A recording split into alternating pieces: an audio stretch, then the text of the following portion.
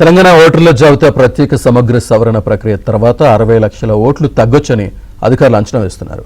ఇల్లు మారిన ఓటర్ల వివరాల సేకరణలో ఇబ్బంది, చనిపోయిన వారు, డూప్లికేట్ ఓట్లు, ఇతర రాష్ట్రాల వారి ఓట్లు వంటివి దీనికి కారణమని చెబుతున్నారు. ఎన్యూమరేషన్ ఫారాల సమర్పణకు ఇంకా 5 రోజులే గడువు ఉండడంతో అధికారులు ప్రక్రియను వేగవంతం చేశారు. ఓటర్లను గుర్తించి వివరాలు నమోదు చేయడంపై బూత్ స్థాయి అధికారులు, వివిధ పార్టీలకు చెందిన బూత్ స్థాయి ఏజెంట్లు నిమగ్నమయ్యారు.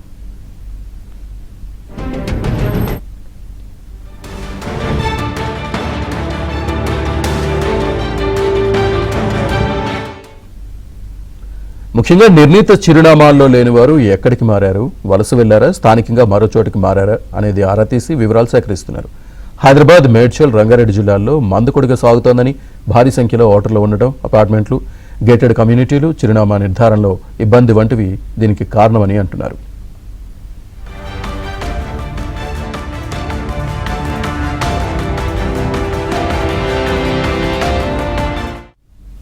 మొత్తంగా సర్ ప్రక్రియ పూర్తయ్యేసరికి తెలంగాణలో 60 లక్షలకు పైగా ఓట్లు తగ్గే అవకాశం ఉందని అధికార వర్గాలు అంచనా వేస్తున్నాయి. దాదాపు 40 లక్షల మంది ఓటర్ల జాబితాల్లోని చిరునామాల్లో అందుబాటులో లేరని అధికారులు గుర్తించారు. చనిపోయిన వారు, 2-3 చోట్ల ఓటు నమోదై ఉన్నవారు, తెలంగాణలో ఓటు నమోదు చేసుకున్న ఇతర రాష్ట్రాల వారు కలిపి మరో 20 లక్షల వరకు ఉంటారని అంచనా వేస్తున్నారు. ప్రక్రియ పూర్తయితేనే స్పష్టత వస్తుందని అంటున్నారు.